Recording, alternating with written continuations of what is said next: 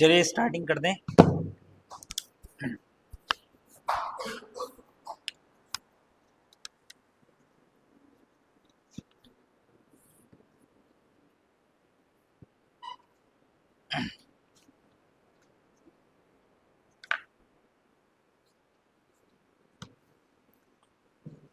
देखिए बच्चों,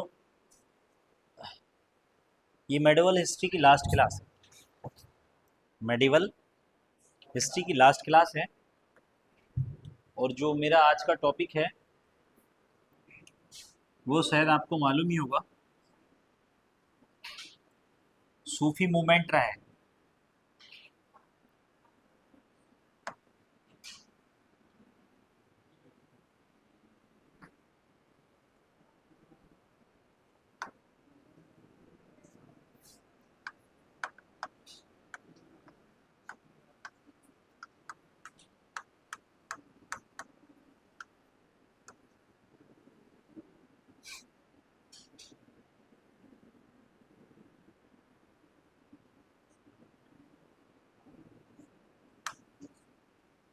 चलिए स्टार्टिंग करते हैं। सब बच्चे ध्यान देंगे शांतिपूर्वक। अभी हम आपके लिए उत्तराखंड का जो पीसीएस का पेपर हुआ था प्रीवियस ईयर का, जो रियल पेपर है वो हम लेकर के आए हैं। समझ रहे हैं आप? क्योंकि कई बार बच्चों को ये कन्फ्यूज़न रहता है कि पता नहीं कहाँ से पेपर डाल दिया, कहाँ से उठा दिया, क्या वास्तविकता में वो पेपर है या नहीं है, किसी और जगह के क्वेश्चन तो नहीं आ गए हैं। ऐसा रहता है कि नहीं रहता है? डाउट रहता है जो ऑनलाइन वगैरह पे आते हैं, या कहीं से किसी का कॉपी करवा रहा है कि डाल दिया। लेकिन वास्तविकता में ये उत्तराखंड पीसीएस का रियल पेपर है। चलिए तुम्हारे पास है, अच्छी बात है ना? ठीक है, तो इसके अंदर जो है अभी पहले हम सूफी सिलसिले पढ़ेंगे और उसके बाद में इस पेपर में देखेंगे कि किस तरीके से जो है क्वेश्चन आंसर आते हैं। लास्ट की क्लास में मैं 10 मिनट आपसे यही लेना चाहूँगा, या मैं स्टार्टिंग में ही ले लूँ? स्टार्टिंग में ले लूँ क्योंकि मेरा फिर फ्लो टूटेगा, अच्छा नहीं लगेगा। तो मैं थोड़ा सा आपको ज़रा समझाने की कोशिश करूँगा। तो बच्चों ज़रा लिसन, थोड़ा सा 10 मिनट के अंदर अंदर एनालिसिस करा देंगे इसका। पहला क्वेश्चन है कि भारतीय संविधान की किस अनुसूची में दल बदल विरोधी अधिनियम के प्रावधान मौजूद हैं? तो दल बदल में 10वीं अनुसूची में आता है। ये उत्तराखंड पीसीएस का पहला क्वेश्चन है। ठीक है, दूसरा है कि लोक लेखा समिति के लिए लोकसभा से कितने सदस्य निर्वाचित किए जाते हैं? ठीक है, कितने किए जाते हैं? 15, क्योंकि टोटल 22 होते हैं। 7 राज्यसभा से और 10 जो है वो 15 जो है लोकसभा से, कुल मिलाकर के 22 होते हैं ना। बहुत नॉर्मली क्वेश्चन है।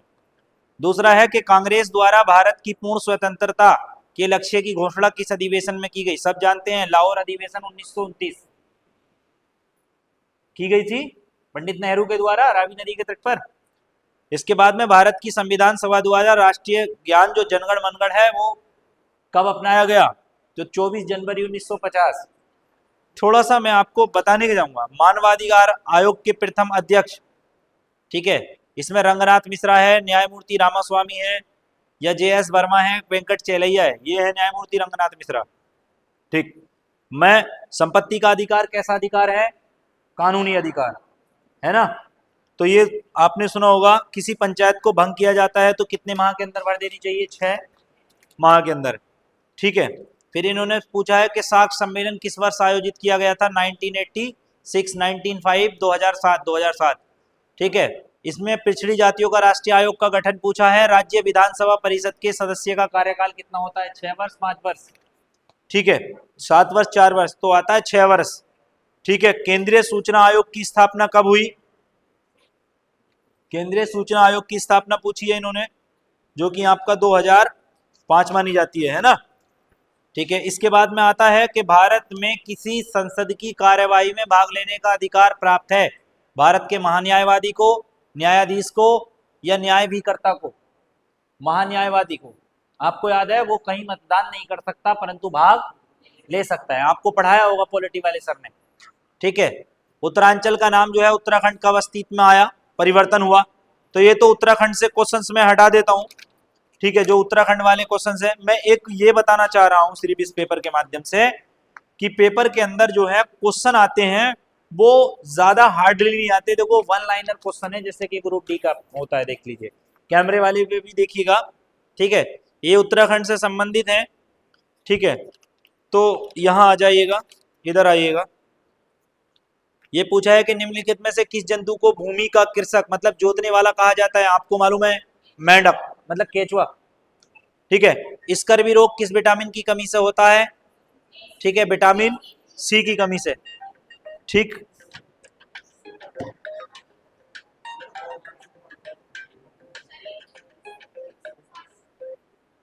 पिछले साल का, पिछले साल, अरे आपको मैं बता रहा, मेरी बात को समझने की कोशिश करो, बहुत कुछ है। एक मिनट, हाँ, वास्तविकता में ये पेट से इजी पेपर है, मैं आपको क्या समझाने की कोशिश कर रहा हूं? अरे भाई ये पेपर है, कोई मैं अपने घर से तो छाप नहीं लाया इसको, भाई मैं अपने घर से नहीं लाया हूं ना, ठीक है। याद रखना, पशुओं के कृत्रिम गर्भाधान में प्रयुक्त शुक्राणुओं को आपको मालूम होगा शुष्क जो ठोस कार्बन डाइऑक्साइड होता है, ठीक है, उसमें फिर सेल्यूलोज किससे संबंधित है? इकोसिस्टम। प्रकाश की गति अधिकतम होती वायु में, जल में, निर्वात में? अरे भाई निर्वात में होती है ना, होती है, ठीक है। अगला देखोगे, यहां पर आता है कि अन्नपूर्णा पर्वत पर चढ़ने वाली प्रथम भारतीय महिला कौन थी? स्वर्गीय लता मंगेशकर को भारत का सर्वोच्च नागरिक सम्मान भारत रत्न किस वर्ष दिया गया? 2001 में, ठीक है। उसके बाद में देखो, ये तो उसके आगे क्या बोलते हैं, करंट अफेयर्स के उस समय के। विश्व ओजोन दिवस कब मनाया जाता है?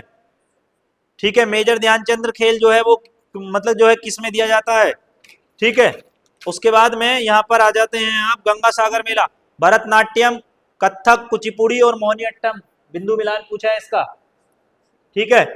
उसके बाद में यहाँ पर गूगल के कौन है? सुंदर पिचई, जैसे आपका ट्विटर के, एडोबो के, माइक्रोसॉफ्ट के जो वो पूछे हैं संस्थापक जो हैं, ठीक है। इधर आ जाइएगा, किस स्थान पर प्रथम जैन परिषद का आयोजन हुआ?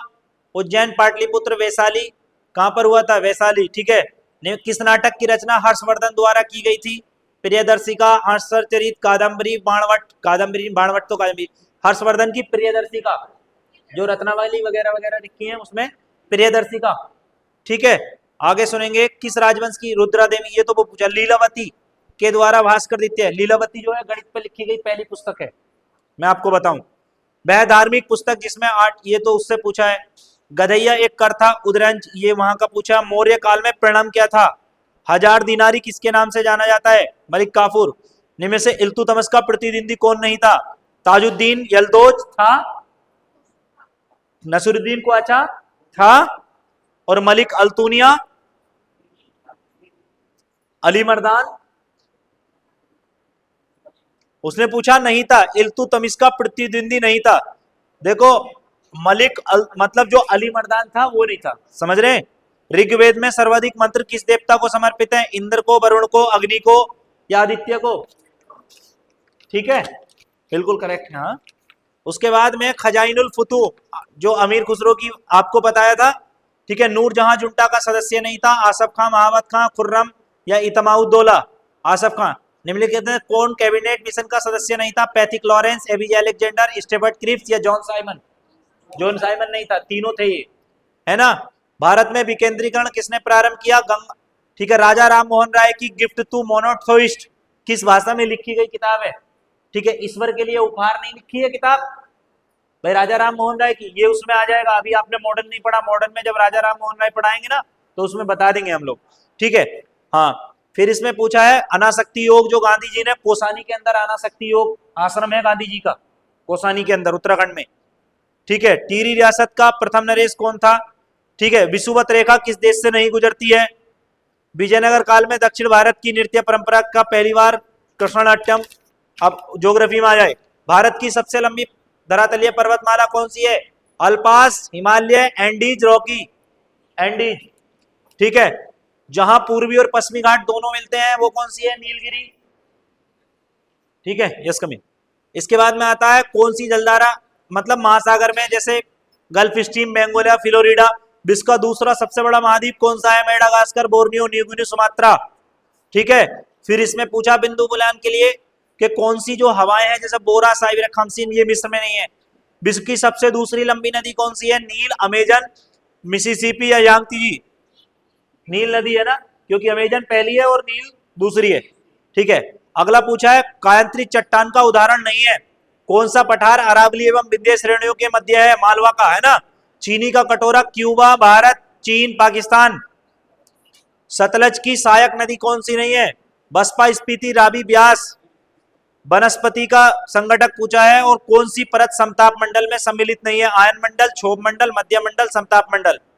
ठीक है, तो उन्होंने पूछा है परत सममंडल में नहीं है। जो सममंडल में क्या है? मध्य मंडल चला जाएगा ऊपर। निम्न से कौन सा देश अफ्रीका में अवस्थित नहीं है? मैं बता रहा हूं नॉर्मली एकदम खत्म करने के लिए। भारत का पिट्सबर्ग किसको कहते हैं? जमशेदपुर को। सुना है? माता टीला बांध किस नदी पर बना है? बेतवा पर, आपको पता ही होगा, है ना। प्राकृतिक गैस के बारे में पूछा है। निम्न से कौन सा मतलब लक्षद्वीप समूह के द्वीप जैसे काले पानी, गोवा, कर्नाटका, तमिलनाडु, सॉरी कहां गया, नीचे चला गया, है ना। अगाथी, तिलंचोलन, कावारती, ये पूछा था, तो तिलंचोंग इसका आंसर है। कपवन के बारे में पूछा था। गोविंद राष्ट्रीय पार्क कहां था? सिडकुल पूछा था। और खैर जो है किस प्रकार की लकड़ी है?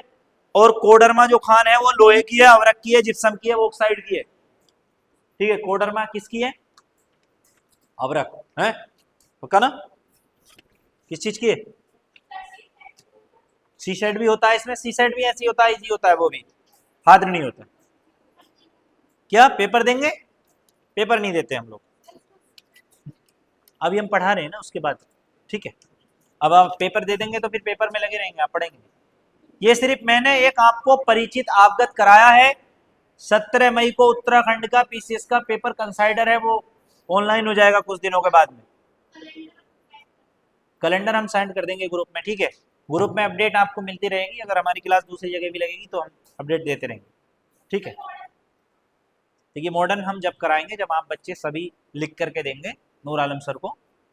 ठीक है, अगर देंगे तो हो जाएगी, नहीं देंगे तो कोई बात नहीं। हाँ नहीं, सब बच्चे लिखें, उसमें कोई शर्म वाली बात नहीं है। ठीक है, तो हो जाएगा, नहीं तो कोई बात नहीं। चलें स्टार्टिंग करें, सूफी मूवमेंट में आ जाए। कल हमने क्या पढ़ाया था? भक्ति, और अब हम सूफी मूवमेंट में आ जाते हैं। मेरे प्यारे बच्चों, सबसे पहले सारे बच्चे इधर ध्यान देंगे। अब आराम से पढ़ लो यार। ठीक है, विदाई का समय है तो थोड़ा सा जुदाई नहीं होनी चाहिए ज्यादा, जुदाई में विलाप है। देखिए बड़े मजे की कहानियां हैं, कुछ ऐसी इंटरेस्टेड कहानियां बता के जाऊंगा मैं आज आपको, और समय की गरिमा को देखते हुए उसकी पराकाष्ठा पर खरे उतरे आप। ठीक है, सूफी मूवमेंट लेके चलते हैं। सूफी मूवमेंट जानेंगे किसको कहते हैं? भक्ति तो रह गया, तुम भक्ति तुम्हारी वजह से रह गया, मैंने तो पहले ही समझाया था तुमको, है ना। ये मेरे क्लास ही मतलब ये है कि 2 दिन में मुझे सूफी खत्म करना है, तो 1 दिन में भक्ति पढ़ाऊंगा, 1 दिन सूफी, और 1 दिन में 1.5 घंटे में क्या करा सकता हूँ बताओ। ठीक है, तो ये तो आप सोचो खुद ही। अब बोलो, सर से बोलोगे तभी तो मैं पूरा कराऊंगा उसको। अब आप बोलने की हिम्मत रखते नहीं है तो कम से कम 4 क्लासें होनी चाहिए थी, 1 की, तब जाके कंप्लीट होता है। समझ रहे हैं? मैं 1.5 घंटे में बोलते बोलते चुपता हूं क्या कभी? और ना इधर उधर की बात नहीं करता हूं मैं फालतू की, या करता हूं? आज मैं करूंगा, ध्यान देना। सूफी मूवमेंट आ जाइएगा मेरे प्यारे बच्चों। अभी सूफी मूवमेंट को आप पढ़ेंगे, बड़े आराम से देखना है। यहां पर जो है ये आ गया सूफी आंदोलन। ओके, ये समझ लेना। अब मैं आपको सूफी आंदोलन बता के जो चलूंगा ना, उसको बहुत प्रेम से समझना। देखिए सूफी जो है ना, पहली बात समझिए कि वो अरबी भाषा का एक शब्द है, जो कि आपका सूफी अरबी भाषा की जो शब्द है वो किस शब्द से निकला है पता है आपको? मालूम है आपको? ये निकला है सूफी शब्द जो है जिसका तात्पर्य आपका सफा से। सफा जानते हैं, एक होता है सिफा और एक होता है सफा। ठीक है, ये अरबिक लैंग्वेज, अरबिक जानते हैं, जो अरब देश की भाषा है उससे आपका जो है निकल के आया है। और इसका जो है अरबी भाषा का ये शब्द है, मैं आपको अभी बता चुका हूं, वो है सफा। और सफा के मायने हैं आपको बता दे पवित्रता। क्या मायना है इसका? पवित्रता। ये बात ध्यान देना। पवित्रता, सूफी। कहीं ना कहीं ये बात समझ के चलना कि जिस समय मध्यकाल की मैं बात करूंगा तो मध्यकाल के अंदर जो था एक सूफी मूवमेंट और दूसरा भक्ति मूवमेंट। पहले भक्ति मूवमेंट आया और बाद में जो है सूफी मूवमेंट आया। परस्पर दोनों में जो संत रहे हैं, श्रद्धालु रहे हैं, उनकी जो है ईश्वर के प्रति जो उनकी आस्था थी, उन्होंने उस आस्था का प्रचार किया। अर्थात कहने का मतलब है उन्होंने किसी के धर्म से जो लोग विच्छेदित हो रहे थे तो वो उन विच्छेदित लोगों को जो है उसमें जोड़ रहे थे। कुछ लोग ऐसे थे जो अन्य धर्मों के लोग थे जो उनको जो है ईश्वर के सीधा मार्ग बताने की कोशिश कर रहे थे। ठीक है, तो यहां पर कहा गया है कि दोनों ही कहीं ना कहीं भागवत गीता पुराण, भागवत पुराण, समझ रहे हैं आप मेरी बात, जो पौराणिक ग्रंथ रहे हैं, प्राचीन ग्रंथ रहे हैं, जैसे मनुस्मृति, रामचरितमानस, ये बहुत सारी चीजें रहे हैं जो हिंदू पौराणिक ग्रंथ हैं, या कुरान रहा है, ठीक है, या हदीस रही है। इन चीजों को जोड़ करके जो है कुछ सूफी संतों ने और कुछ जो है सभी ने मिलकर के जो है एक तरीके से ईश्वर के जो मार्ग थे जाने वाले, जो लोग थे जाने वाले, उनके रास्ते इन लोगों ने बताए। उनमें जो सूफी मूवमेंट है मैं आपको बताऊंगा, इसका सबसे मेन पवित्रता है। और पवित्रता क्या होती है मैं बताऊं, व्यक्ति के जो आचार विचार हैं, किसी भी व्यक्ति के जो आचार विचार है, उसकी जो भाषा शैली है, ठीक है, समझे क्या मेरी बात। एक तो व्यक्ति के आचार विचार और उसकी जो भाषा शैली है, वही उसके जो है अध्यात्म और ईश्वर के जुड़ाव का जो रास्ता होता है, परस्पर उन दोनों के मध्य होता है। क्यों? क्योंकि सूफी संत जो है पवित्र, सब सूफी तो निकला पवित्रता से, इसका मतलब पवित्र हुआ। और पवित्र कौन व्यक्ति था? पवित्र वो व्यक्ति था जिसके आचार नियम, अर्थात उसके जो विचार थे वो बहुत पवित्र हुआ करते थे, ईश्वर से उनका जुड़ाव हुआ करता था। तो ऐसे लोग जो थे वो क्या कहलाए? वो सूफी परंपरा के अंतर्गत आए। किसके आए वो? सूफी। ये अरब देश में, ईरान, सूफी पहली बार, सबसे पहले पूरी दुनिया के अंदर जो सूफी परंपरा शुरू हुई थी वो ईरान के अंदर हुई थी। कहां पर हुई थी? ईरान के अंदर। जबकि मुस्लिम का जो उदय हुआ वो अरब के अंदर हुआ, लेकिन ईरान के अंदर जो लड़ाका जाति थी वहां की, उन लोगों पर जो है इस्लाम की शक्ति का प्रभाव आया। तो उन लोगों ने जो है क्या काम किया, बड़े वर्चस्व के साथ में लोगों तक जो है ये बात पहुंचाई, और सूफी परंपराओं का सिलसिला भी वहीं से शुरू हुआ।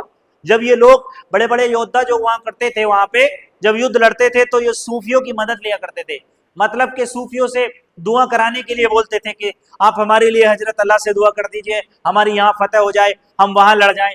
तो सूफी क्या है कि मन के राजा हुआ करते थे, ईश्वर से इनका कनेक्शन हुआ करता था।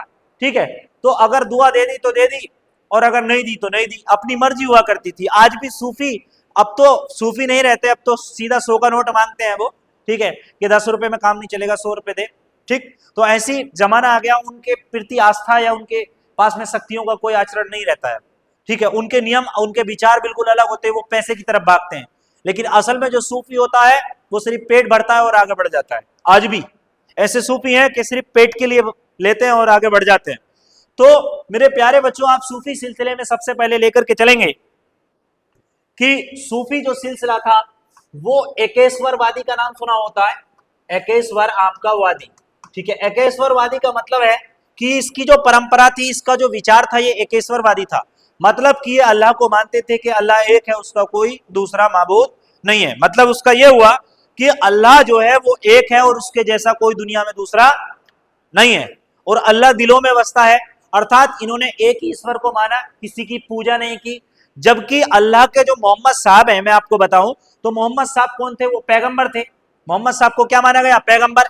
और पैगंबर किसको कहते हैं? जो अल्लाह का संदेश लेकर के आप तक आएगा उसको पैगंबर कहा गया। जो अल्लाह तबारक व तआला का संदेश लेकर तुमको बताएगा उसको पैगंबर कहा गया।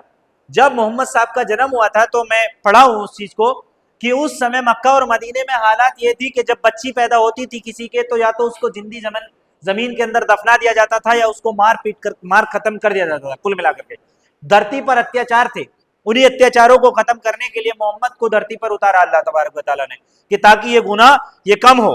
ठीक है, इस तरीके की जो अराजकता फैली थी, आपने बहुत सारे सिलसिले, बहुत सारी चीजें पढ़ी होंगी, आपने देखा ही होगा इन चीजों को। ठीक है, तो यहाँ पर जो है मोहम्मद जो थे वो पैगंबर थे और एक सच्चे इंसान है।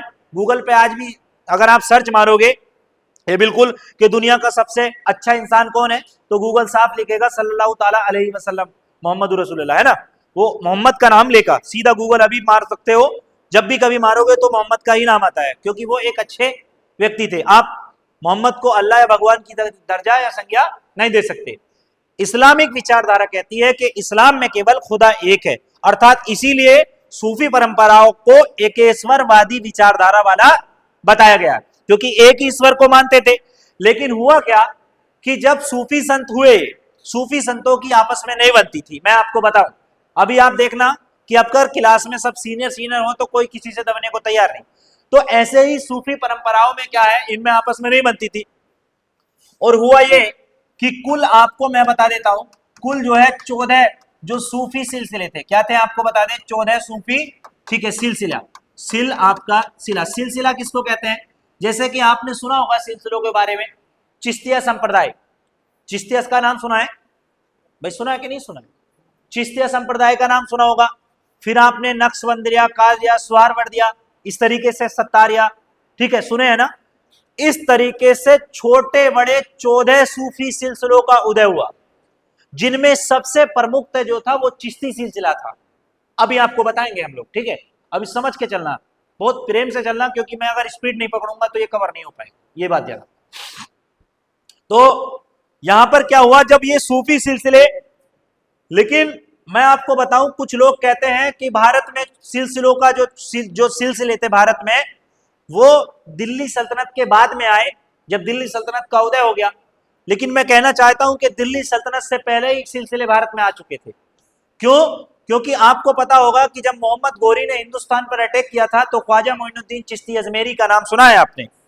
तो ख्वाजा मोइनुद्दीन चिश्ती अजमेरी 1192 में मोहम्मद गोरी के साथ भारत आए, जो कि भारत में चिश्ती सिलसिले का सबसे बड़ा संस्थापक उनको ही माना जाता है, ठीक है। जबकि चिश्ती सिलसिले का अबू इसहाक जो इसामी थे, वो वास्तविकता में चिश्ती सिलसिले के संस्थापक माने जाते हैं, लेकिन भारत में चिश्ती सिलसिले का संस्थापक मोइनुद्दीन चिश्ती को ही माना जाता है। अभी आप पढ़ेंगे आगे, लेकिन मैं अभी चिश्ती सिलसिलों को कन्वर्टेड करके तोड़ना चाहता हूं कि ये सूफी विचारधारा जो है वो किस तरीके थी। तो सबसे पहले मैं आपको बताऊंगा कि जितने भी सिलसिले थे, अर्थात सूफी सिलसिले में लेंगे तो सूफी सिलसिले, जैसे हमने कल आपका भक्ति आंदोलन को 2 भागों में तोड़ा, तो हमने इसको भी क्या काम कर लिया, 2 भागों में ही तोड़ा। इसको भी क्या करा बेटा, 2 भागों में तोड़ा, ठीक है। 2 भागों में कैसे तोड़ा हमने? सूफी सिलसिलों को कितने भागों में तोड़ा? 2। जबकि बहुत सारे सूफी संत रहे, सूफी संतों की बात अलग है, लेकिन इनके आचार, इनके विचार, इनके नियम, इनका उठना, इनका बैठना, ठीक है, अल्लाह के साथ में कनेक्शन, क्योंकि ये पूरे दिन अल्लाह अल्लाह अल्लाह कर रहे हैं, जुबान पे इनकी अल्लाह अल्लाह है, ना इन्हें दुनिया से मतलब है, ना दारी से मतलब है, ना लोगों से मतलब है, ना खुददारी से, ना गद्दारी से, किसी चीज की मक्कारी से इनको कोई मतलब था नहीं।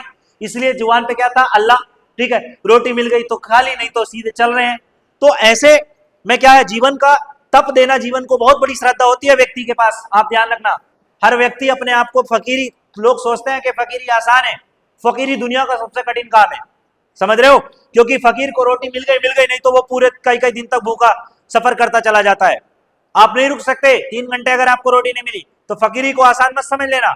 ऐसे ही सिद्धियां प्राप्त नहीं हो जाती।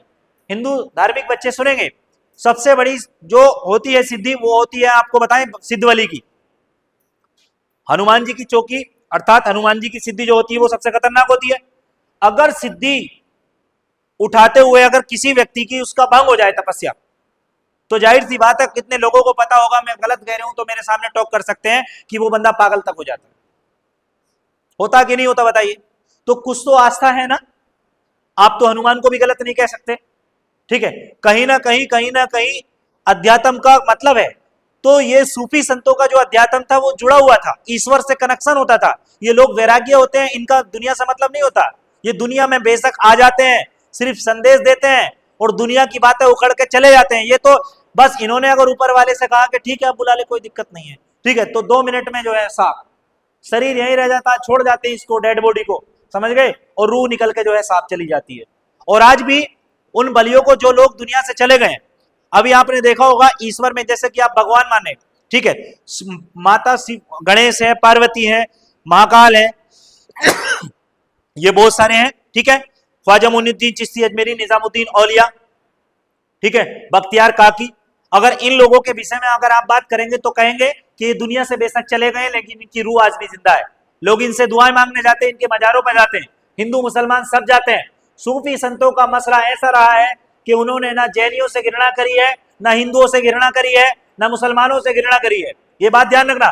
सूफी संतों का कोई धर्म नहीं था, उनका कनेक्शन अल्लाह से था सिर्फ, समझ रहे हो। और उनके दरबार पे आज भी सब जाते हैं और हमेशा सब जाते रहेंगे। आपने देखा होगा मोइनुद्दीन चिश्ती की दरगाह पे बड़े बड़े सेलिब्रिटी जाते हैं, बड़े बड़े विदेशों के लोग आते हैं वहां। अपना सर झुकाने की अथॉरिटी नहीं है, मैं आपको बताऊं, लोग सर झुकाते हैं लेकिन सर झुकाने की अथॉरिटी मजारों पर नहीं है, यह याद रख लेना। बस आप दुआ कर सकते हैं, और वो भी किस तरीके से, जैसे आपने मोइनुद्दीन चिश्ती की दरगाह पे गए, आपने दुआ करना चाह रहे हैं, उनसे दुआ मांगने, तो उनसे कहना कि आप मेरे लिए अल्लाह से दुआ करना कि मेरी ये मन्नत पूरी हो जाए। वो आपके लिए ऊपर वाले से दुआ करते हैं और उनकी दुआ जल्दी सुनता है अल्लाह, समझ रहे हैं ना। अगर ये वली अल्लाह, इनको वली अल्लाह बोलते हैं, है ना, ये वली है और अल्लाह से इनका कनेक्शन है, इसलिए इनको वली अल्लाह बोला जाता है। ठीक है, सूफियों को वली अल्लाह भी बोला जाता है, और इनका कनेक्शन होता है तो इनसे दुआ कराने के लिए बोला जाता है। ऐसा नहीं कि मोइनुद्दीन चिश्ती मुझे जो है एक जो है मर्सिडीज दिलवा दो और मेरी शादी नहीं हो रही है, मेरी शादी करवा दो, ऐसा कुछ नहीं है, समझ रहे हैं कि नहीं। आप इनसे डायरेक्ट नहीं मांग सकते, अल्लाह से ही मांगा जाता है। देने वाला ये है, ये कुछ नहीं है देने वाले, क्योंकि इनको तो खुद उसने दिया है। ठीक है, बस बशर्ते क्या है कि इनके माध्यम से आपकी दुआ जल्दी कबूल हो जाती है, सिर्फ इतना माध्यम है, अन्यथा कोई भी माध्यम नहीं है। तो अभी चलिएगा, सूफी संतों के, सूफियों ने क्या काम किया, इस सूफी सिलसिले को दो भाग में डिवाइड कर दिया। पहला था बासरा, पहला क्या था आपको बता दें, बासरा, ओके, याद रखना। और दूसरा था बेसरा, क्या था, बेसरा। अभी ध्यान रखिए, ऐसे निकलेगा, जिसको नहीं समझ में आएगा वो 10 बार पूछेगा, हम बता देंगे, ठीक है। कोई दिक्कत, दिक्कत नहीं तो कल आपको दिक्कत थी, लेकिन आज दिक्कत नहीं है। आप खड़ी हो जाओ, खड़ी हो, मुस्कुराने से काम नहीं चलता। मुझे ये बताइए, बासरा और बेसरा, कह दो बेशरम, मिला के बेशरम हो गया है, बैठिए। कोई है ऐसी महान मूर्ति, यस गुड, अरे बढ़िया, बताइए बताइए।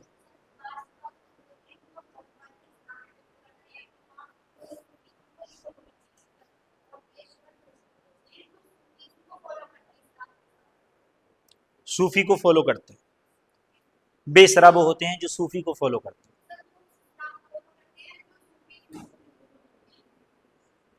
बासरा कौन है, जो केवल और केवल सूफी को फॉलो करते हैं, इस्लाम को फॉलो करते हैं। गुड, ठीक है, अरब वाले केवल इस्लाम फॉलो करते हैं, और बेसरा वो हैं और इस्लाम को ही फॉलो करते हैं। जैसे हम लोग हैं, हम हैं कि मुझे चढ़ गया चिश्ती रंग रंग, यही ना, यही है ना, यही है, इट इज वेरी ट्रू। बैठ जाइए, देखिए इन दोनों में सिर्फ, बहुत अच्छा आंसर दिया अक्सा, बहुत अच्छी लड़की है जो बात है, और मैं रेस्पेक्ट करता हूँ ऐसे बच्चे की। मैंने लिस्ट देखी थी तो फर्स्ट नाम था, और मैं उम्मीद करता हूँ अगर ये मेहनत करेंगी तो आने वाले 2 वर्षों में आप देख लेना, इनका पीसीएस मेंस तो मैं नहीं कह सकता, वो इनकी मेहनत पे डिपेंड करता है, लेकिन प्रीलिम्स निकल जाएगा अगर इन्होंने मेहनत की तो। सही, इसी बार निकल जाएगा, ये भी गारंटी है, अगर मेहनत की तो, क्योंकि ऐसे बच्चे निकाल लेते हैं, मुझे पता है अच्छे से, मेरा सेंस ऑफ ह्यूमर कह रहा है, बट ज्यादा। Thank you, welcome. अभी देखिएगा बासरा और बेसरा में डिफरेंस देखिए, बस जरा सी चीज का फर्क है।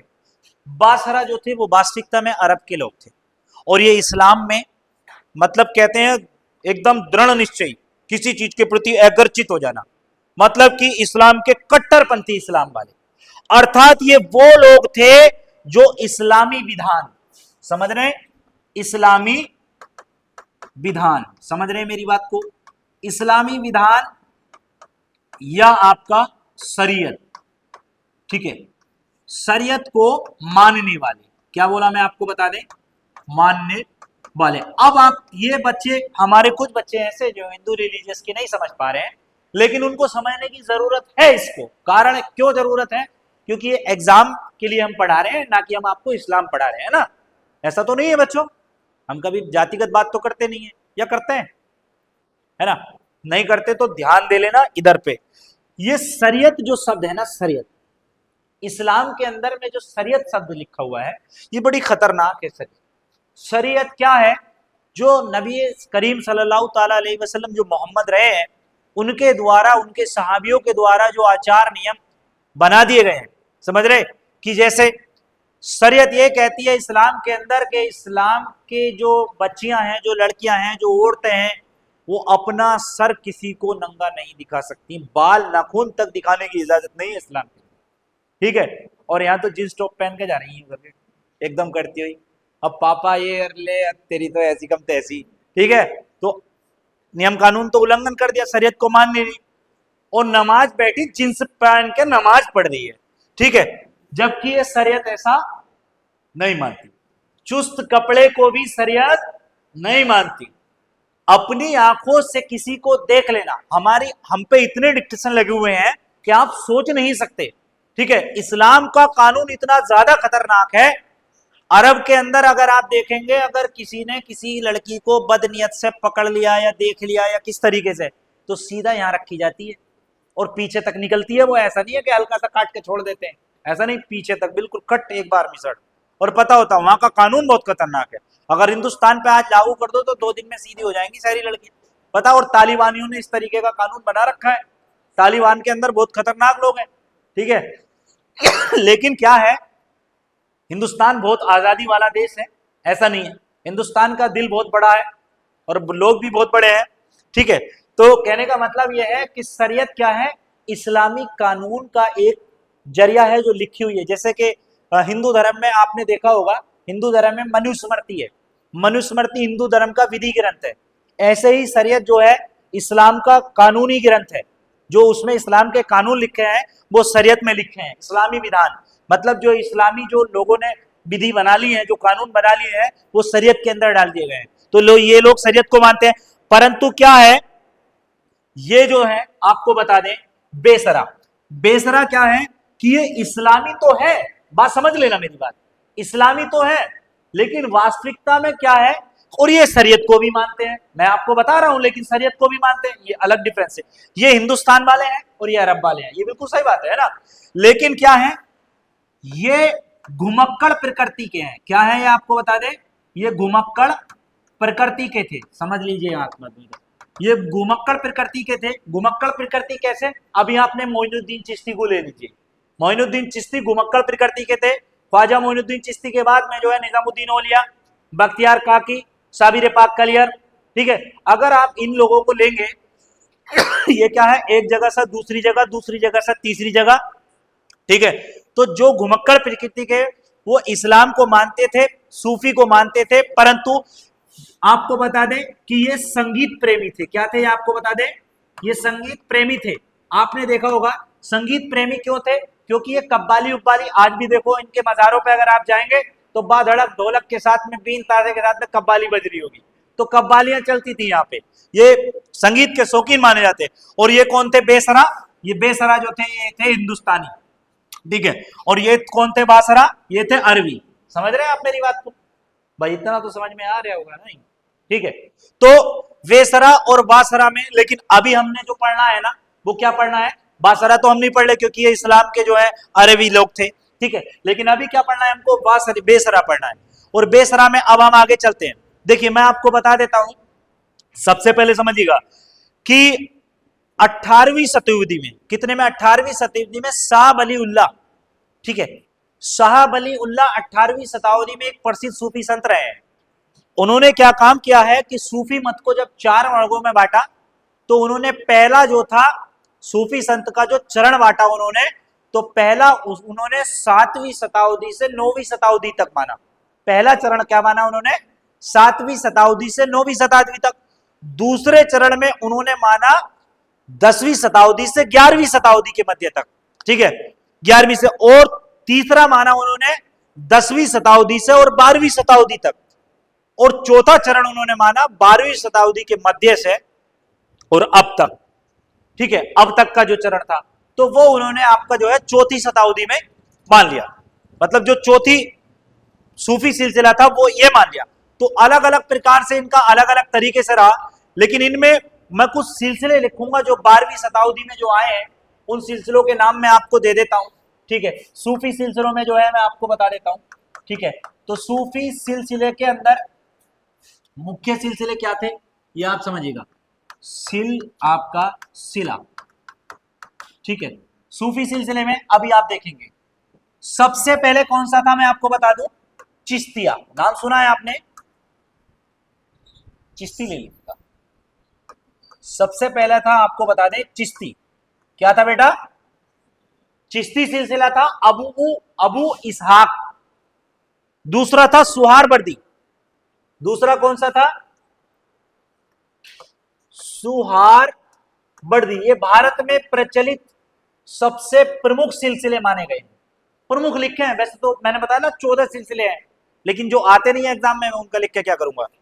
इसके बाद में कादरी, इसके बाद में आता है सुहारवर्दी, के बाद में आता है कादरी, ठीक है। अब्दुल कादिर जिलानी का नाम सुना होगा, जो गोस्पाक के नाम से जाने जाते हैं, ठीक है। आपने सुना ही होगा, उनकी करामातें बहुत सारी है, लेकिन बताऊंगा तो शाम हो जाएगी, ठीक है। उसके बाद में आता है सत्तारी। क्या आता है उसके बाद में? सत्तारी सिलसिला आता है, आपको बता दें, सत्तारी। और एक आता है, आपको बता देते हैं, नक्शबंदिया। क्या आता है आपको बता दें? नक्शबंदिया, ठीक है, नक्शबंदिया अर्थात नक्शबंदी, ठीक है। तो इस प्रकार से चिश्ती सिलसिले का संस्थापक कौन माना जाता है भारत में? मोइनुद्दीन चिश्ती। कौन माना जाता है आपको बताएं? मोइनुद्दीन चिश्ती, याद रखना। और रियल में अबू उस्मान हारूनी। ये क्वेश्चन पीसीएस में आ चुका है, ये वाला पीसीएस आया है, मैं आपको बता दूं 2019 में, देख लेना जब मन करे। दोनों ऑप्शन देगा तो क्वेश्चन की लैंग्वेज चेंज होगी। वो पूछेगा भारत में चिश्ती सिलसिले का संस्थापक कौन था, तो मोइनुद्दीन चिश्ती। वो पूछेगा चिश्ती सिलसिले का संस्थापक कौन था, तो उस्मान हारूनी, ठीक है। उस्मान हारूनी नहीं, अबू इसहाक। हाँ, अबू इसहाक। देखिए नाम ऐसे तो हम क्या करें इसमें, है ना। अबू इसहाक। और जो सुहारवर्दी है, अबू अल नजीब। कौन है इसके? अबू अल नजीब, अबू अल आपका नजीब, ये ले लीजिएगा। दूसरा कादिरिया का अब्दुल कादिर जिलानी। क्या है इसका? अब्दुल कादिर जिलानी, नाम सुना है इनका। ये बड़े सच्चे थे, ये बड़े सच्चे थे। इनके पिता का देहांत बचपन में हो गया था, अब्दुल कादिर जिलानी का। सुनना बच्चों, तो आर्थिक तंगी आ गई, साया था नहीं कोई भी, तो इनकी माँ ने क्या काम करा, इनको जो है व्यापार के लिए भेज दिया कि चलो बेटा ठीक है, जाओ आप थोड़ा कमा के ले आना। छोटे थे तो उस समय ये काफिले के साथ जो है वो चले गए। तो इनकी माँ ने क्या काम किया, इनकी जो बंडी थी, जो इनके पहनने का था, उसके अंदर कुछ असरफियां छिपा दी। सुने, हाँ, पढ़ाई वगैरह ना उसके लिए भी आते हैं, ठीक है। हाँ, तो असरफियां जो छिपाई थी वो कारोबार के लिए छिपाई थी, पढ़ाई के लिए नहीं छिपाई थी। तो रास्ते में डाकुओं ने जब काफिले को लूटा, तो अब सोचा काफिले वाले जो डाकू थे वो सोच रहे होंगे यार ये तो बच्चा है, इस पर क्या होगा। तो जिंदगी भर की जो पूंजी थी उसकी माँ ने जो थी अब्दुल कादिर जिलानी के दे दी थी कि ये तेरे बाप छोड़ के गए हैं, अब बेटा इससे देख ले अपना, ठीक। तो अब्दुल कादिर जिलानी को जब डाकुओं ने पकड़ लिया तो उस समय जो है उससे पूछा, तेरे पास क्या है बता। तो उसने कहा मेरे पास इतनी असरफियां। कितनी होंगी? 150 जो भी होंगी बताई। 40 असरफियां, चलिए मान लिया। तो बोले 40 असरफियां। बोले है? बोले कहाँ है, दिखा। बोले ये रही। ठीक है, खोल के दिखा दी। बोले ये रही। तो उससे पूछा कि आपने मतलब झूठ क्यों बोला, आप छिपा क्यों सकते थे। तो उन्होंने कहा कि मतलब मेरी माँ ने कहा था क्या है, कितनी भी बड़ी मुसीबत आ जाए लेकिन कभी झूठ मत बोलना, ठीक है।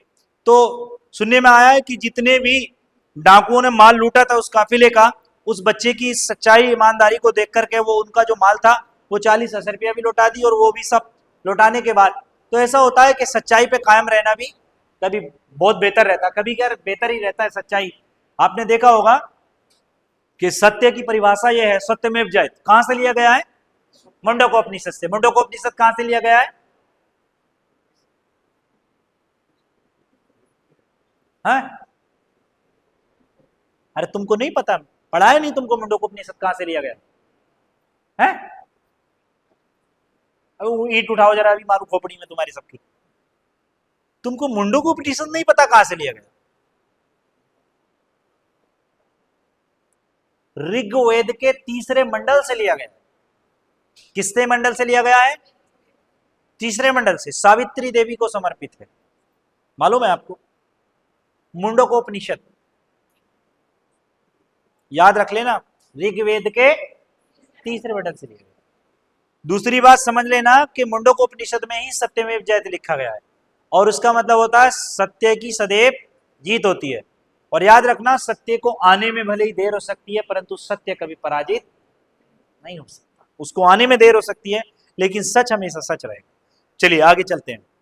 आगे लिखेंगे अब्दुल कादिर जिलानी लिख लिया। अब सत्तारिया में लिखेंगे शेख सिराजुद्दीन। इसका कौन था? शेख सिराजुद्दीन। क्या नाम था इसका? शेख सिराजुद्दीन। ओके, ये रहा। अब नक्शबंदिया में आ जाइएगा। नक्शबंदिया के बहाउद्दीन, क्या नाम था इनका?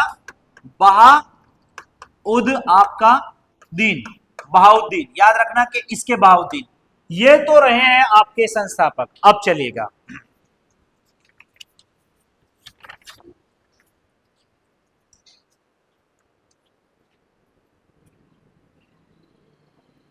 मोइनुद्दीन चिश्ती पे आ जाइएगा तुरंत से पहले।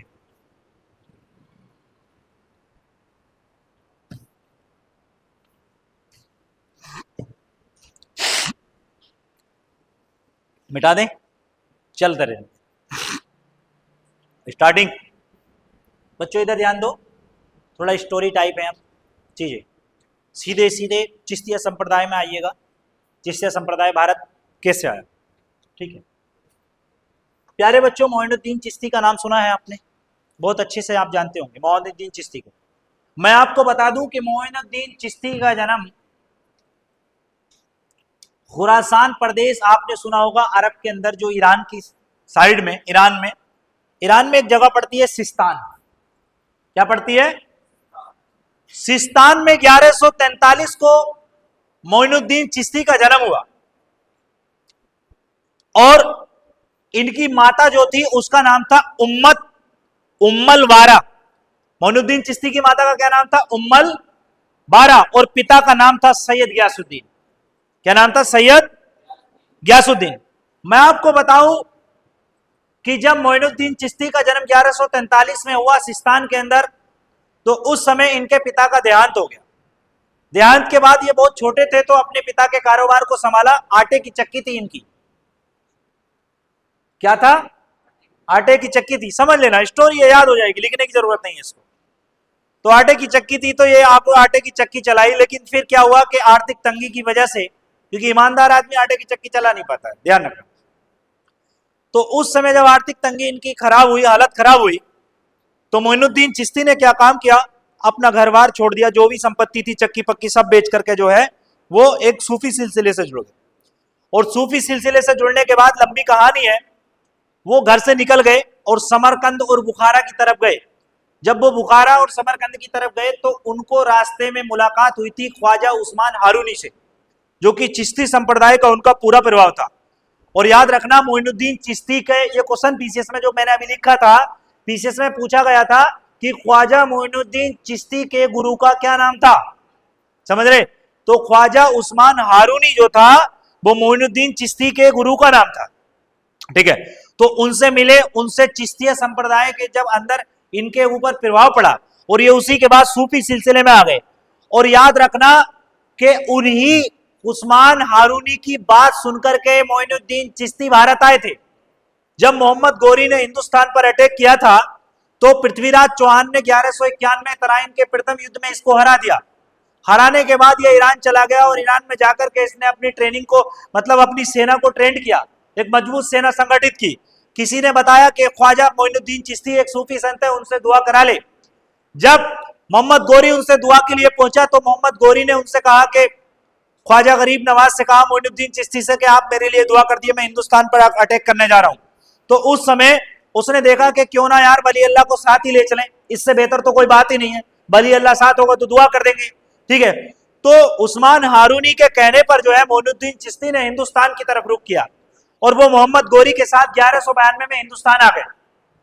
बात समझ लेना मेरी। और वो मोहम्मद गौरी के साथ हिंदुस्तान 1292 में आ गए और आने के बाद वो सबसे पहले लाहौर में रुके और लाहौर में रुकने के बाद उन्होंने दिल्ली की तरफ प्रस्थान किया और दिल्ली से जो है सीधे वो अजमेर गए।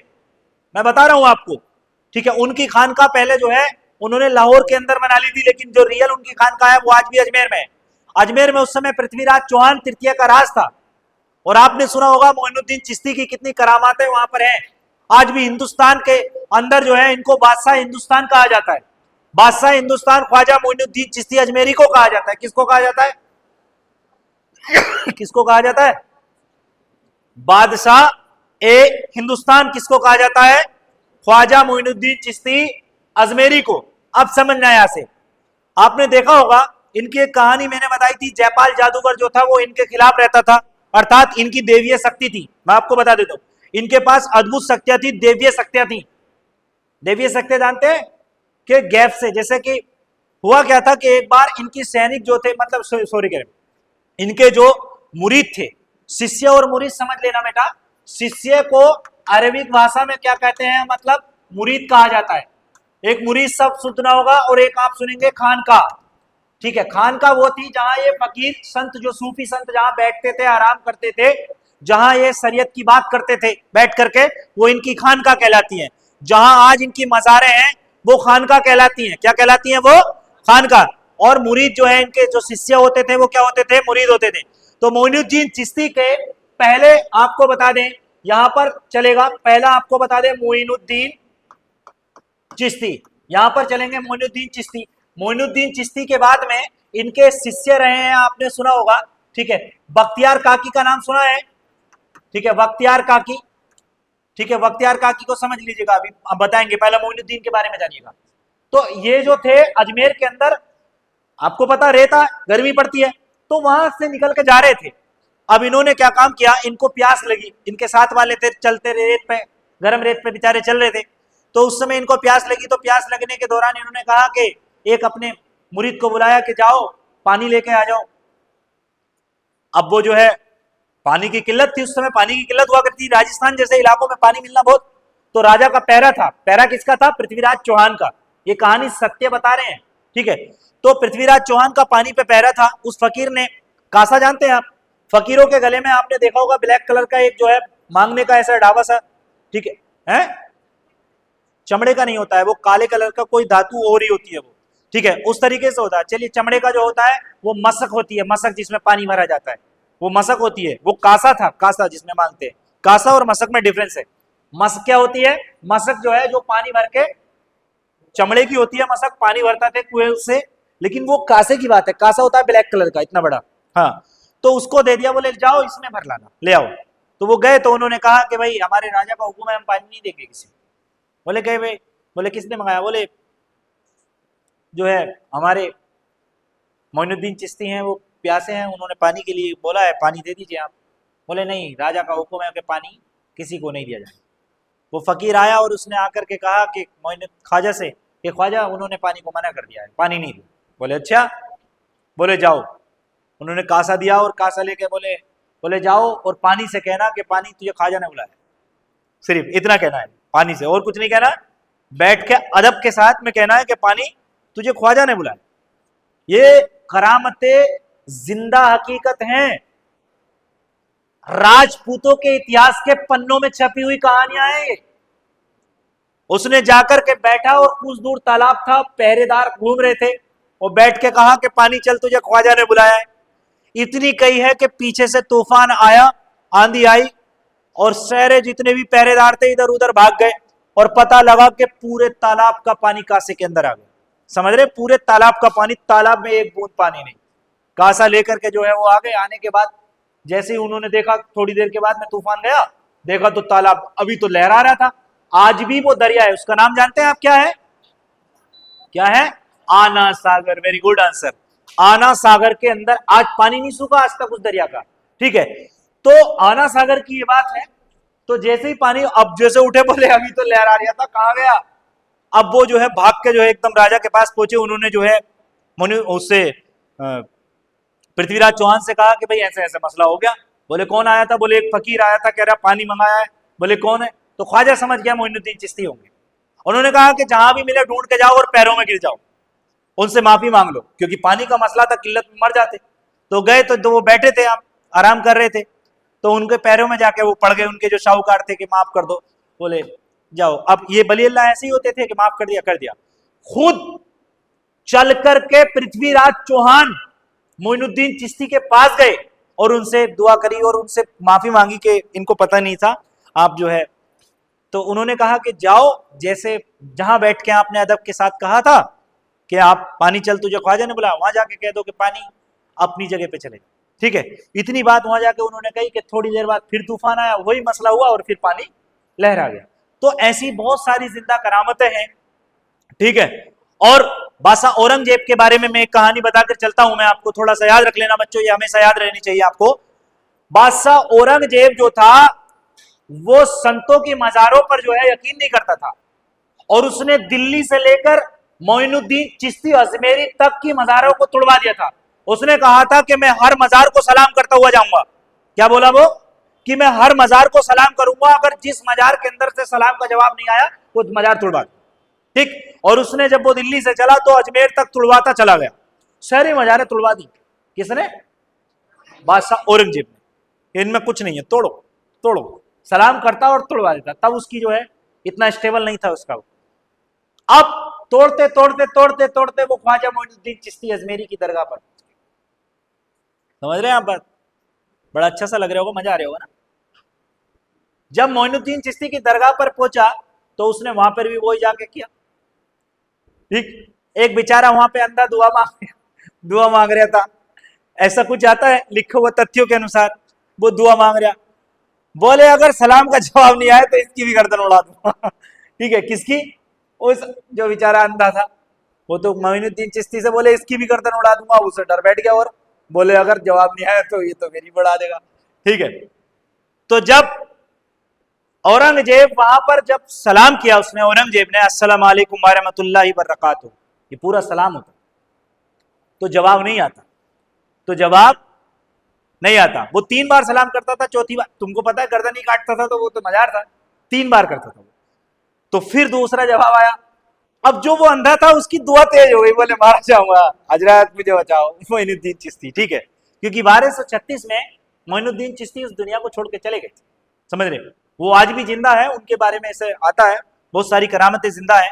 बली कभी मरता नहीं, अल्लाह का बली चला जाता है, रूपोस हो जाता है आंखों से। तो जैसे ही उसने तलवार उठाई और सलाम, तीसरा सलाम किया अस्सलाम वालेकुम, तो अंदर से जवाब आता है वालेकुम अस्सलाम।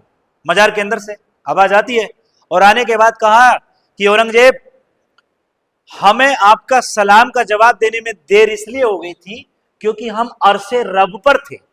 मतलब जो है अरसे रब जो अल्लाह के बारगाह होती है, जैसे कि ये सभा चल रही है, ऐसी आपने देखा होगा यमराज के लोक में जो है सभा चलती है, मरने के बाद जो आत्माएं होती हैं वो सब वहां होती हैं। तो आपको समझाने की कोशिश कर रहा हूं मैं इस तरीके से। तो उन्होंने कहा कि अरसे रब पर थे, हमें वहां से आने में थोड़ी सी देर हो गई, वरना हम आपका जवाब, सलाम का जवाब पहले दे देते। ये अंदर से, मजार के अंदर से जवाब आई। औरंगजेब बादशाह कदमों में गिर गया और रोया, लेकिन उन्होंने कहा कि जिस तरीके से तुड़वाते हुए आए हो ना, उसी तरीके से बनवाते हुए चले जाना।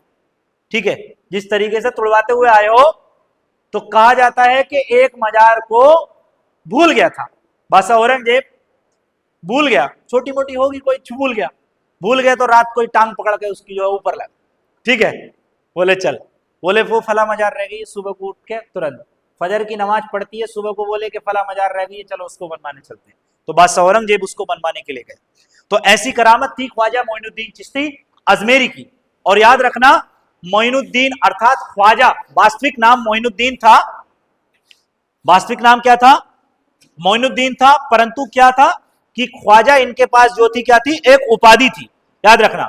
और इनके एक शिष्य थे बख्तियार काकी, आपने सुना बख्तियार काकी का नाम, इतिहास में जरूर पढ़ा होगा। इन्हीं की याद में इल्तुतमिश ने क्या काम किया था? आज जो दिल्ली की कुतुब मीनार है वो बख्तियार काकी की ही याद में बनाई गई है। ठीक है, किसकी याद में बनाई गई है? बख्तियार, बड़े प्रसिद्ध सूफी संत, बड़े अच्छे थे, और मोइनुद्दीन चिश्ती ने इनको दिल्ली रहने की सलाह दी थी। और इल्तुतमिश इनसे बेहद प्यार करता था, वो जाने नहीं दे देता था इनको, इनको कहता था आप यहीं रहो।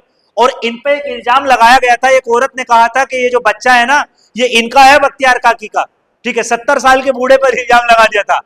तो उन्होंने कहा, ख्वाजा मोइनुद्दीन चिश्ती को इन्होंने याद किया कि मोइनुद्दीन चिश्ती मेरी इज्जत का मसला है, ठीक है, और आप जो है आ जाओ। तो मोइनुद्दीन चिश्ती जो है उस समय पहली बार दिल्ली आए थे। क्या बोला मैं? पहली बार मोइनुद्दीन चिश्ती जो दिल्ली आए थे वो बख्तियार काकी के लिए आए थे, मतलब वो उनका पहला और आखिरी कदम था दिल्ली के अंदर, याद रखना।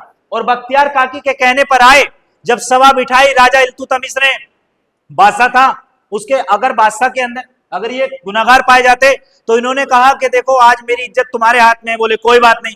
तो ख्वाजा मोइनुद्दीन चिश्ती ने जब सभा बिठा ली, उस औरत ने भी जो है बोला कि जी ये बच्चा किसका है? तो औरत बोली जो बख्तियार काकी का है, क्योंकि इनको बदनाम करना चाहते थे कुछ लोग, है ना। तो बख्तियार काकी का। बोले अच्छा, तो बोले ठीक है। तो मोइनुद्दीन चिश्ती अजमेरी ने कहा कि ठीक है हम बच्चे से ही पूछ लेते हैं। तो लोगों ने कहा कि अरे ये 8 दिन का बच्चा क्या बताएगा? 8 दिन का बच्चा कोई बोलता है क्या? बोले ये बच्चा बोलेगा। उन्होंने अल्लाह से दुआ की कि अल्लाह ये इज्जत और बेइज्जती का सवाल है, ठीक है। तो उस समय बख्तियार काकी जो है वो रोने लगे कि यार मुझ पे इल्जाम लगा रहे, क्योंकि बेगुनाह थे। तो मोइनुद्दीन चिश्ती ने कहा बच्चे बताता क्यों नहीं कि तेरा बाप कौन है? तो उसने कहा वो जो पीछे सरदार बैठा हुआ वो मेरा बाप, ठीक है। बड़ी सभा के अंदर ये बली अल्लाह की ताकत हुआ करती थी, आपको बता दूं, अगर जिस पे बोल दिया तो बोल दिया। तो वो बच्चा बोला कि ये मेरा बाप है, और बख्तियार काकी जो है वो निर्दोष हैं। इल्तुतमिश की खोपड़ी घूम गई और उसने वहां पर उसके कत्ल के आदेश दिए थे, समझ रहे हो। और बख्तियार काकी को उस समय जो है, बख्तियार काकी को मोइनुद्दीन चिश्ती बोले कि चल ये अच्छे लोग नहीं है दिल्ली के, तू मेरे साथ चल, अजमेर चलते हैं। तो उस समय इल्तुतमिश जो था इनसे बहुत प्यार करता था, बख्तियार काकी को उसने जाने नहीं दिया। आज भी उनकी मजार अजमेर के अंदर है, बख्तियार काकी की बिल्कुल बराबर में बनी हुई है, आप देखेंगे जाके वहां पे अजमेर में, देखना बख्तियार काकी की मजार बनी हुई है। तो वहां जाने नहीं दिया इनको, बोले नहीं मैं इन्हें नहीं जाने दूंगा। तो ऐसी हस्तियां जिंदा रही हैं यहाँ पर, इतिहास के अंदर ऐसे नाम जिंदा रहे हैं, ठीक है। इसके बाद बख्तियार काकी के शिष्य की लिस्ट चलिए देखिए। बख्तियार काकी का शिष्य कौन था आपको मालूम होगा, कौन था? ठीक है, बाबा फरीजुद्दीन गंज सकर, है ना। तो कौन था? बाबा फरीजुद्दीन, ठीक है, बाबा फरीदुद्दीन, ठीक है, जिनको गंज ए सकर भी कहा जाता है, ठीक है। ये वास्तविकता में पाकिस्तान है, पाकिस्तान के अंदर इनकी मजारात है, मैं आपको बता देता हूं बाबा फरीजुद्दीन की। और बाबा फरीजुद्दीन गंज सकर जो है, इनके जो शिष्य रहे हैं वो कौन रहे हैं? निजामुद्दीन औलिया, नाम सुना है? निजामुद्दीन औलिया, हाँ, नहीं है तो बहुत सारे, लेकिन जो ज्यादातर ये हैं। साबिर पाक की कहानी बात, पहले निजामुद्दीन औलिया पर आ जाइएगा, है ये दिल्ली में सभी लोग जानते हैं निजामुद्दीन औलिया के बारे में। ये वो वाले नहीं है, बाबा फरीद की इनकी मजार अलग है। वो ये दिल्ली पाकिस्तान जो पटन पाटन वाले, पटन पाटन है कौन सा है? पाक पट्टन, हाँ वहां पे। अभी देखेंगे शेख निजामुद्दीन औलिया के बारे में मैं आपको बता देना चाहता हूं, थोड़ा सा, सिर्फ थोड़ा समझेंगे, है ना, समझेंगे, जानते ही हैं इन्हें सब लोग, क्योंकि मैं दोनों फेमस चेहरों के बारे में बता रहा हूं। शेख निजामुद्दीन औलिया कहां पर है आपको मालूम हो? इनका मकबरा कहां पर है? दिल्ली। सुनना, ये क्वेश्चन बहुत इंपॉर्टेंट है कि दिल्ली के 7 सुल्तानों का काल देखने वाला कौन था? निजामुद्दीन औलिया, अमीर खुसरो, क्योंकि निजामुद्दीन औलिया का शिष्य ही अमीर खुसरो थे। कौन थे? अमीर खुसरो। आपने सुना है अमीर खुसरो का नाम तो सुना ही होगा, ठीक है। गोरी सोवे सेज पर मुख पर डारे केस, नाम सुना है ना, अमीर खुसरो का है। अभी सुनिएगा, थोड़ा सा सुनिए, निजामुद्दीन औलिया के बारे में बता रहे हैं। निजामुद्दीन औलिया का जन्म 1236 में हुआ, और बदायूं का नाम सुना है ना, ठीक है। 5 वर्ष की आयु में इनके पिता का देहांत हो गया, और जब इनके पिता का देहांत हो गया तो ये दिल्ली आ गए थे। इनके पिता जब दिल्ली आ गए थे, कहां के? ये ईरान के। इनके पिता दिल्ली आ गए बदायूं, ठीक है, पहले दिल्ली बदायूं, और बदायूं में इनका जन्म हुआ था, ठीक है। इनके पिता का नाम था अहमद बुखारी। किसके पिता का नाम था? अहमद बुखारी, निजामुद्दीन औलिया के। बीवी जुलेखा इनकी माता का नाम था। लेकिन होता क्या है ग्यासपुर दिल्ली के अंदर आज भी इनकी खानका है। निजामुद्दीन के नाम से निजामुद्दीन एक्सप्रेस भी चलता है आज भी दिल्ली के अंदर, एक नाम बड़ा प्राचीन है। देखिए आपको बता दें कि चिश्ती संप्रदाय के सबसे लोकप्रिय सूफी संत रहे हैं निजामुद्दीन औलिया। क्या बोला मैं कि सबसे चिश्ती संप्रदाय के सबसे ज्यादा लोकप्रिय जो सूफी संत है वो कौन है? निजामुद्दीन औलिया रहे हैं। इनका सबसे अधिक प्रचार रहा सूफी संतों में, क्योंकि इन्होंने सबसे ज्यादा किया। और ये बाद में जो है आपको बताएं, बाद में क्या, ये पहले ही आपका निजामुद्दीन औलिया जो है वो गंजे शकर बाबा फरीद के शिष्य थे। और कहा जाता है कि जब 20 वर्ष की आयु थी ये अजोदन चले गए। अजोदन बराबर में ही पड़ता है, ठीक है। और इन्होंने जब ये दिल्ली आए तो दिल्ली के अंदर जो है इनकी एक खानका, जानते हैं खानका जहां पर ये बैठते थे, आज भी हम बताएंगे आपको। तो खानका में इमामुल मुल्क ने इनकी खानका को स्थापित किया कि ये यहां पर बैठेंगे। दिल्ली के अंदर 7 सुल्तानों का काल देखने वाले, और याद रखना इनके थोड़े से मैं स्टेप बताकर चल रहा हूं, ये ऐसे मतलब ऐसे सूफी संत थे कि दिल्ली सल्तनत में 7 सुल्तानों का काल देखकर 7 सुल्तानों का काल गुजर गया, लेकिन अपने जीवन भर में किसी सुल्तान के दरबार में नहीं गए। समझ रहे हैं आप? किसी सुल्तान के दरबार में आज तक नहीं गए। जैसे कोई जाते हैं ना, नहीं गए, अपनी खानका में वहीं पर जो है बैठते थे। हुआ क्या कि जलालुद्दीन खिलजी का आपने नाम सुना होगा, नाम सुना है जलालुद्दीन खिलजी का? जलालुद्दीन खिलजी जो था वो अपने महल को बनवा रहा था, उसने जो है शहर के सारे मजदूर बुला लिए। अब ये अपनी बावड़ी बनवा रहे थे। बावड़ी होती है जहां से पानी वगैरह भरा जाता है, आपने देखा होगा, ठीक है। तो बावड़ी बनवा रहे थे। इन्होंने कहा कि भाई अब इनके जो मजदूर थे उनको भी हुक्म दे दिया बादशाह ने। इन्होंने कहा कि भाई हमारे मजदूर नहीं जाएंगे। अब वो तो बादशाह था, उन्होंने कहा कि दिल्ली के सारे मजदूर आएंगे हमारे यहाँ, क्योंकि बादशाहों की बात थी भाई, वो तो मजबूरी थी। तो बोले जाएंगे तो, लेकिन आएंगे नहीं ये लौट के, ठीक है। अब बली अल्लाह की बात थी कि महल ढा जाएगा तेरा, बनेगा नहीं, ध्यान रखिए, ठीक है। तो जो महल दिल्ली के सारे लोगों को बुला करके उसने बावड़ी को रुकवा दिया था, तो याद रखना वो महल बन नहीं पाया, कभी आज तक नहीं बन पाया उससे, वो महल मर गया था वो, ठीक है। हाँ, वो महल पूरा नहीं कर पाया, ठीक। बावड़ी बाद में बन गई, इनकी बावड़ी आज भी है। जब औलिया के यहाँ पर जाएंगे, निजामुद्दीन औलिया के आप जाना कभी दिल्ली में, तो आप देखेंगे इनकी बावड़ी बनी हुई है। उसके पानी में आज भी इतना ज्यादा असर माना जाता है बावड़ी में कि अगर किसी व्यक्ति के कोई खास खारिजियत खत्म नहीं हो रही हो तो बावड़ी से एक जरा सा पानी ले ले और वो उस पानी को पी ले, ठीक है, तो वो खत्म हो जाती है। बावड़ी है सूफी संतों की। लेकिन जलालुद्दीन खिलजी के बारे में सुनिएगा थोड़ा सा। जलालुद्दीन खिलजी जो था वो इनको मानता बहुत था। जलालुद्दीन खिलजी ने कहा कि हजरत या तो आप मुझसे मिल लें या मैं आपसे मिलने के लिए आ जाऊं। समझ रहे हैं आप मेरी बात? या तो आप मुझसे मिल लो या मैं आपसे मिलने आ जाऊं।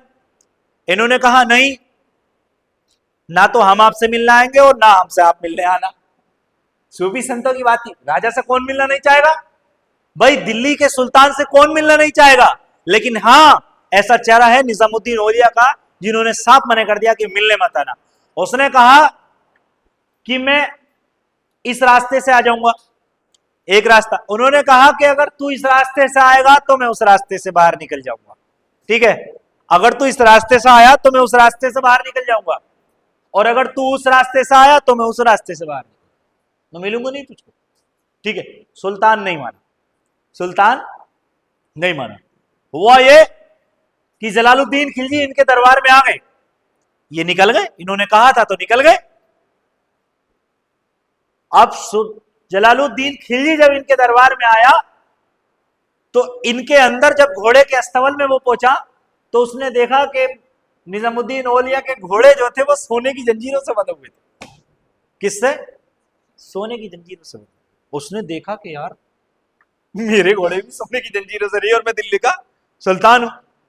तो पूछा कि हमने कहा था कि तुम अगर रास्ते से आओगे तो हम उस रास्ते से निकल जाएंगे, और रोक दिया गया था सुल्तान को वहां पे। मैं आपको बताऊं रोक दिया गया था। बोले क्यों रोक दिया गया? बोले जब तुम्हारे दरबार में फकीरों को बिना इजाजत नहीं जाता कोई। मतलब कोई फकीर तुम्हारे दरबार के अंदर अगर बिना इजाजत के नहीं जा सकता, तो तुम भी हमारे दरबार में बिना इजाजत के नहीं आ सकते। रोक दिया था सुल्तान को, कितना बड़ा दिल्ली का सुल्तान है, फकीरों ने, फकीरों की वो हस्ती होती है, दिल्ली का सुल्तान, रोक दिया उन्होंने कि अंदर नहीं जा सकते आप, मना कर दिया है निजामुद्दीन औलिया ने। बोले क्यों? बोले इसलिए। तो निजामुद्दीन औलिया से जब उन्होंने पूछा था कि ऐसा क्यों, तो उन्होंने कहा कि जब तुम्हारे दरबार में कोई फकीर बिना पूछे नहीं जा सकता, तो हमारे दरबार में भी कोई बिना पूछे नहीं आ सकता। ठीक है, उसे दिखाने, उसने कहा था कि मैं कुछ देखना चाहता हूं, तो उसको दिखवाया था, लेकिन क्या बोला उसने, देखा कि यहाँ तो सोने के जंजीरों से घोड़े बंधे हैं। ठीक है, मतलब एक फकीर के, उन्होंने कहा कि तुम ही दौलत वाले थोड़ा ही ना हो, है ना, लेकिन वो क्या था, वो ऊपर की करामतें होती हैं। और इन्हीं का एक किस्सा और सुना होगा, जब गयासुद्दीन तुगलक जो था वो बंगाल की विजय करके आ रहा था, तो इनसे बड़ा कलेश रखता था वो, और उसने ये बात कही थी निजामुद्दीन औलिया के लिए कि जब तक मैं दिल्ली आऊं, मेरे आने से पहले पहले निजामुद्दीन औलिया दिल्ली छोड़ करके चला जाए। निजामुद्दीन औलिया के इंस्ट्रक्शन दिया था कि मेरे आने से पहले दिल्ली छोड़ करके चला जाए, ये खबर निजामुद्दीन औलिया को दे दो, नहीं तो टुकड़े टुकड़े करा दूंगा उसे। ठीक है, समझ रहे हो? तो उन्होंने कहा था, जब उनको ये खबर दी गई तो उन्होंने कहा हनु से दिल्ली दुरस्त, हनु से दिल्ली दुरस्त, दिल्ली अभी दूर है। मैंने कहा ना, वली अल्लाह की बात टाली नहीं जाती है, आपको बता रहे हैं हम लोग, समझ लेना बात को। तो उस दौरान जब इन्होंने कहा दिल्ली अभी दूर है, तो गोपालपुर में लकड़ी के मकान के अंदर वो आराम कर रहा था, शायद आपने पढ़ा होगा इतिहास, और उस समय वो पूरे का पूरा लकड़ी का महल उसके ऊपर गिर गया और वो दिल्ली नहीं आ सका। क्या बोला मैं आपको? वो दिल्ली कभी नहीं आ सका, क्योंकि अल्लाह के वली ने कहा, भाई वली के जुबान से निकली बात कोई टलती थोड़ा है ना। तो इसी तरीके से आपको बताएं कि निजामुद्दीन औलिया, ये क्वेश्चन पीसीएस में आया हुआ है कि किसको महबूब इलाही कहा जाता है? क्या कहा जाता है? महबूब इलाही किसको कहा जाता है? तो महबूब इलाही जो कहा जाता है, मैं आपको बता देता हूं, वो कहा जाता है, इसको कहते हैं ईश्वर का प्रिय। क्या कहते हैं? महबूब इलाही का मतलब क्या होता है? ईश्वर का प्रिय। और महबूब इलाही निजामुद्दीन औलिया को ही कहा जाता है। ठीक है, कि अपने महबूब मतलब अल्लाह, अल्लाह का प्रिय, मतलब समझ रहे, महबूब इलाही। और दूसरी संज्ञा दी है सुल्तान उल औलिया। क्या थी दूसरी? सुल्तान उल औलिया, ये याद रख लेना दोनों, सुल्तान उल आपका औलिया, इसका मतलब है संतों का राजा।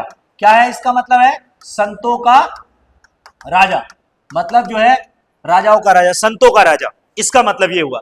तो निजामुद्दीन औलिया, ठीक है, इसके बाद में 1325 में इनकी जो है मृत्यु हो गई।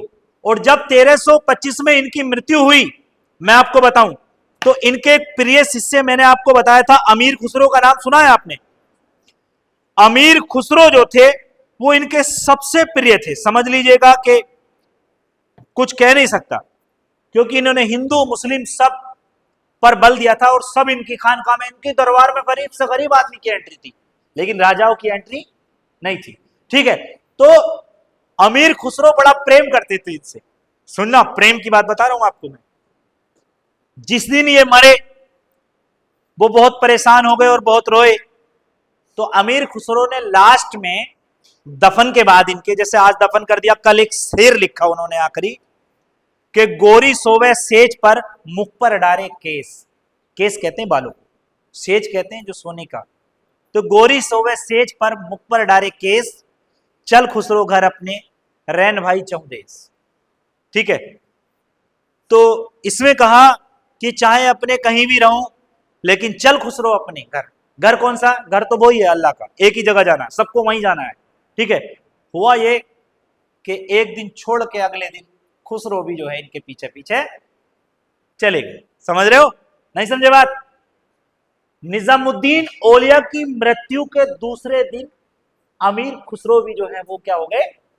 चले गए। ये शायरी अंतिम पंक्ति लिखी उन्होंने अपने औलिया के लिए, और अगले दिन वो भी जो है यहां से चले गए। ये थी निजामुद्दीन औलिया की कहानी।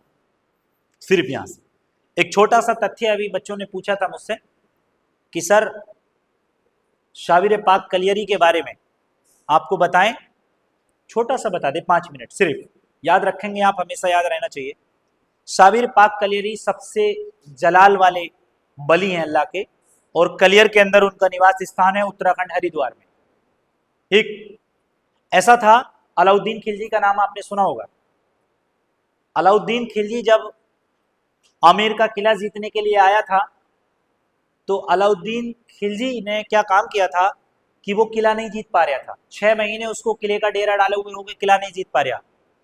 तो किसी फकीर ने उसको बताया, वो किसी जगह पे फकीर पे गया था, तो किसी फकीर ने उनसे कहा, मतलब अलाउद्दीन खिलजी जब दुआ कराने के लिए एक फकीर पे गया, तो उस फकीर ने कहा कि भाई मैं तेरे लिए क्या दुआ करूंगा, है तेरी फौज में तो खुद एक फकीर है, अल्लाह का वली रहता है।